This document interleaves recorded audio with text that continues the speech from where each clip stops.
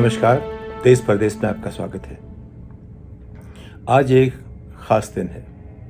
आज के दिन 42 साल पहले एक पार्टी की स्थापना हुई थी जो आज देश में सरकार बना के बैठी है, केंद्र पे और कई राज्यों में।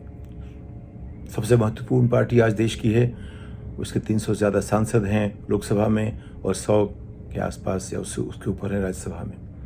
अपने आप में बड़ी उपलब्धि है 42 साल में यहाँ तक पहुँचना, और वो काम भारतीय जनता पार्टी ने किया है। इसकी स्थापना की थी अटल बिहारी वाजपेयी और लाल कृष्ण आडवाणी ने। दोनों बहुत बड़े नेता थे। जनता पार्टी में भी उनकी जगह थी। और उसके पहले जाएं तो उसकी जो जड़ें हैं वो जनसंघ में है, जिसकी स्थापना की श्यामा प्रसाद मुखर्जी ने, और बाद में जिसका नेतृत्व किया दीनदयाल उपाध्याय ने, जिनकी 60 के दशक में कहीं मुगल सराय के आसपास हत्या हो गई। और उसके बाद से पार्टी स्थानीय रूप से चलती रही जब तक कि 1977 में वो जनता पार्टी के संगठन का हिस्सा बनी। जनता पार्टी के साथ इसकी अपनी एक अलग परिभाषा बनी जनसंघ की, और जो 1980 में जो भारतीय जनता पार्टी बनी वो जनसंघ से कुछ अलग लगती थी। लोग कहते थे फिर भी संघ की होगी तो उससे कितना अलग होगी, लेकिन उसकी जो बातचीत थी वो अलग थी। उस पर आधुनिकता थी, उस पर टेक्नोलॉजी थी, उस पर गांधीवाद था, समाजवाद था, उसमें एक भविष्य की कल्पना थी। वो भविष्य की कल्पना लेके वाजपेयी 1980 से 96 तक उन्होंने सरकार बनाना शुरू कर दिया, और फिर 5 साल चलाई सरकार 1999 से 2004 तक। बहुत बड़ी उपलब्धि थी वो। कितने कम समय में उन्होंने एक सिर्फ 2 सांसदों की पार्टी को लेकर के एक सरकार बनाने तक की पार्टी बनाया। और उसके बाद उसके 10 साल बाद जो दोबारा नए अवतार में भाजपा, जिसमें संविधान कम हिंदुत्व ज़्यादा, समाजवाद कम हिंदुत्व ज़्यादा।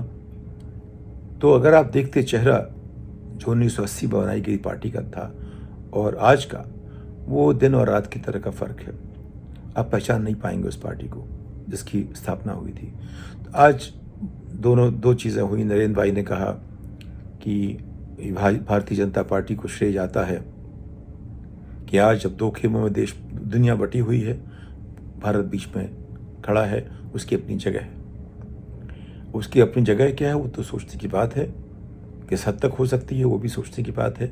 ये हमेशा से रही है। नेहरू ने जो एक न्यूट्रलिटी की बात शुरू की, किसी गुट से गुट निरपेक्षता की बात शुरू की, वो आज तक कायम है। उसका श्रेय नेहरू को जाता है कि वो इतने बड़े नेता थे, कैसे सोच सकते थे। और वो हमारी जो कि हमारी ब्यूरोक्रेसी ऐसी है, उसमें पढ़े लिखे लोग हैं। वो समझदार कितने हैं बात अलग है, लेकिन पढ़े लिखे हैं। और ज़रूर मानना पड़ेगा कि जो लोग 100 लोग जो आएंगे सरकार में इम्तिहान दे के 10 लाख लोगों में से, जाहिर है कि उनको इम्तिहान अच्छा देना आता है, वो एक तरह से सोचना अच्छा आता है। तो हमारे जो सबसे अच्छे लोग हैं, वो जो समझदार लोग हैं, जो आया करते थे ब्यूरोक्रेसी में, और वो लोग हमारी डिप्लोमेसी में भी थे। तो उन्होंने एक तरह से उस ढांचे को समेट रखा है। लेकिन जो राजनीति है उसका काम है उसमें हलचल लाना, भूचाल लाना, उसको टेस्ट करते रहना उसको। तो आज की तारीख में जो हमारी विदेश नीति है उसमें कोई फ़र्क पड़ा नहीं है 75 सालों में। उसका श्रेय किसको जाता है? देश को जाता है। लेकिन शशि थरूर ने, मित्र भी हैं, हम लोग एक ही संस्थान में पढ़ते हुए थे एक समय में, उन्होंने कहा कि आप उसका पहला पन्ना देखिए संविधान का और भाजपा को देखिए। अगर भाजपा वो करती तो कितना अच्छा रहता, ऐसा कुछ उन्होंने कहा। और हम भी जो सोचते हैं कि ये वक्त है 42 साल की उम्र, यानी 21 की दुगनी। 21 में हम लोग मानते हैं कि आप वयस्क हो गए, वोट देने के लायक हो गए। तो उसकी दुगनी उम्र में तो हमें इतनी प्रौढ़ता होनी चाहिए कि हम दोबारा अपनी बातों को उसका एक इवैल्यूएशन कर सकें और आगे बढ़ें। तो अब देखते हैं हमने क्या किया पिछले 42 साल में और हमें कहाँ जाना चाहिए।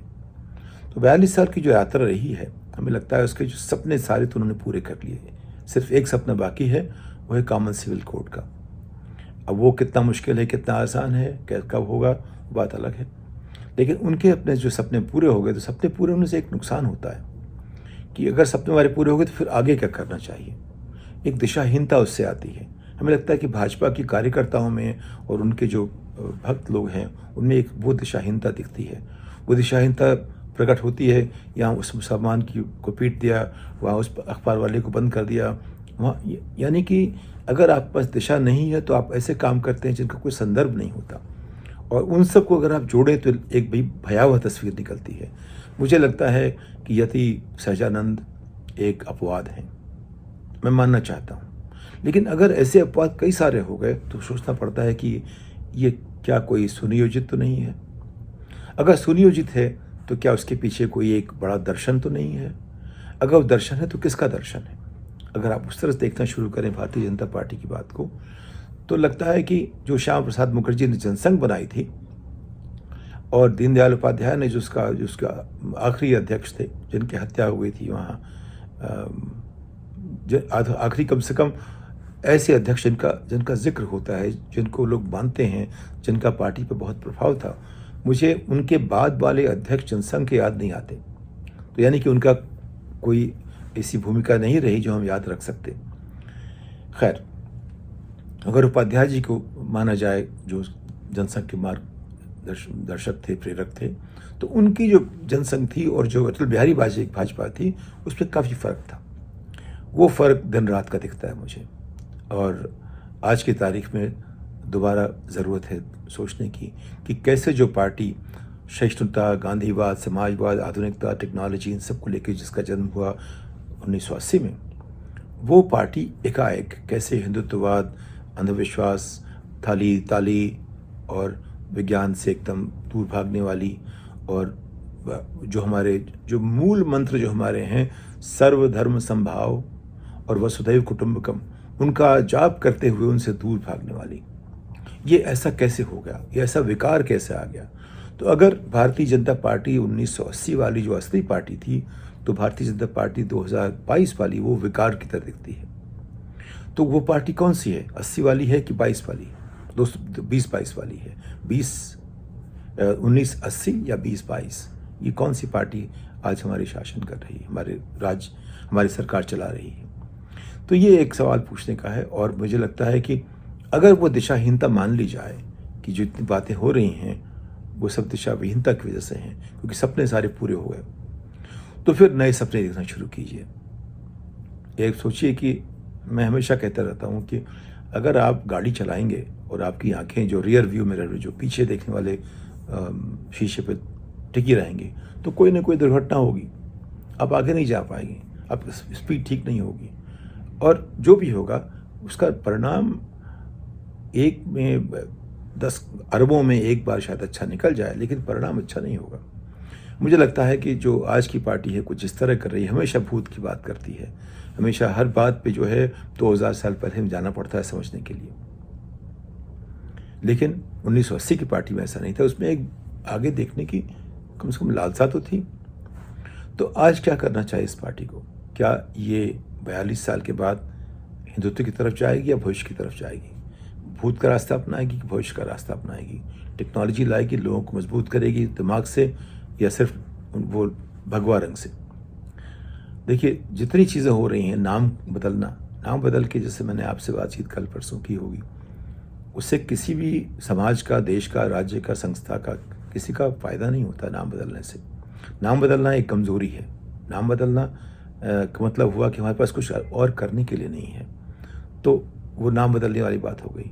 दूसरा, अखबार वालों को आप रोक रहे हैं जाने के लिए। एक महिला को 2 दिन पहले रोका गया, एक पुरुष अखबार वाले को कल रोका गया। वो अखबार वाला नहीं है, लेकिन एक तरह से मीडिया का हिस्सा है, उसे रोका गया, और वजह जो भी हो। और लेकिन अगर आप मीडिया के ऊपर इस तरह के प्रबंधन लगाओगे तो फिर दुनिया में नाम खराब होगा। वो हो रहा है। आज की तारीख में भारत की छवि कहीं भी ऐसी नहीं है कि हम गर्व से कह सकें हम भारतीय हैं। हर जगह सवाल लगा हुआ है कि आखिर ऐसा क्या हो रहा है भारत में। और जहाँ तक सामरिक स्थिति है, जो लोग, हमारी आबादी इतनी बड़ी है कि दुनिया को हमसे कंसल्ट करना पड़ेगा। लेकिन ये मत भूलिए कि आबादी चीन की बहुत बड़ी है, और जिस तरह से चीन से अमेरिका लड़ रहा है आज की तारीख में, कुछ नोक झोंक है, लड़ाई पूरी खुल के नहीं हो रही है। लेकिन क्योंकि अगर अमेरिका बंद कर दे चीन से सामान लेना, तो चीन की अर्थव्यवस्था तो फ़ौरन ख़त्म हो जाएगी। उसको 10 साल लगेंगे फिर ठीक करने में, लेकिन अमेरिका भी कोई मुश्किल होगी तो अमेरिका वो कर सकता है, क्योंकि उसके पास उतनी ताकत है। जो देश भारत की राष्ट्रीय आमदनी का 3 गुना 2 साल में सिर्फ कोविड से लड़ने में खर्च कर चुका है अपने बजट के ऊपर, उस देश के पास उतनी ताकत है कि वो चीन की सभी चीज़ों का आयात बंद करके और फिर एक नई शुरुआत करे। उसके पास उतनी ताकत है, वो बर्दाश्त कर लेगा। लेकिन चीन नहीं बर्दाश्त कर पाएगा। हमारी जो अर्थव्यवस्था है वो 2 ट्रिलियन की है अमेरिका के 25 के मुकाबले। हमारी स्थिति ऐसी नहीं है कि अगर हम अमेरिका रोक दें तो हम अपने आप अपनी गाड़ी चलाते रहेंगे, मुश्किल होगी। तो ये जो है हमें सोचना पड़ेगा कि हम अकेले खड़े नहीं हैं। उस खड़े होने के लिए जो भारतीय जो विदेश में हैं उनकी जो भूमिका है वो बहुत बड़ी रही है आज की तारीख में। उसके बिना जो भारत का उसकी आज की छवि है वो नहीं बनती। उस छवि को 8 साल में थोड़ा धूमिल कर दिया गया है। उसमें जो भारतीय विदेश में रहने वाले हैं उनकी भी भूमिका है, क्योंकि वहाँ भी कई सारे लोग हैं जो मानते हैं भूत के बारे में, और वो जो देश छोड़ के आए उनके दिमाग में वही देश पड़ा हुआ है जो छोड़ के आए थे, आगे नहीं बढ़ पाते।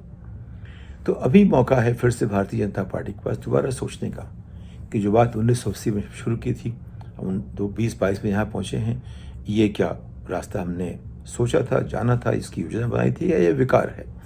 अगर ये विकार है तो ठीक कैसे करें? अगर यही है तो फिर इससे आगे जाने का रास्ता क्या होगा? हमारे नए सपने क्या होने चाहिए? तो भारतीय जनता पार्टी को नए सपने देखने पड़ेंगे और नए विचार लाने पड़ेंगे। जैसे अब आप हमारे पास उसके 3 हिस्से हैं जनसंघ से लेकर के आज तक। एक तो श्यामा प्रसाद मुखर्जी की पार्टी, दूसरा अटल बिहारी की पार्टी, और तीसरा जो आज की पार्टी है वो। चौथा इसका जो कदम क्या होगा, इसके बारे में आज समय है 42 साल की उम्र में कि वो इसको परिपक्वता से सोचे इसके बारे में। और ये एक अपने आप में सालगिरह ऐसा मौका होता है जो हमें एक हम सोच सकते हैं अगली पायदान के बारे में। इस बात के साथ आपसे विदा लेता हूँ। नमस्कार।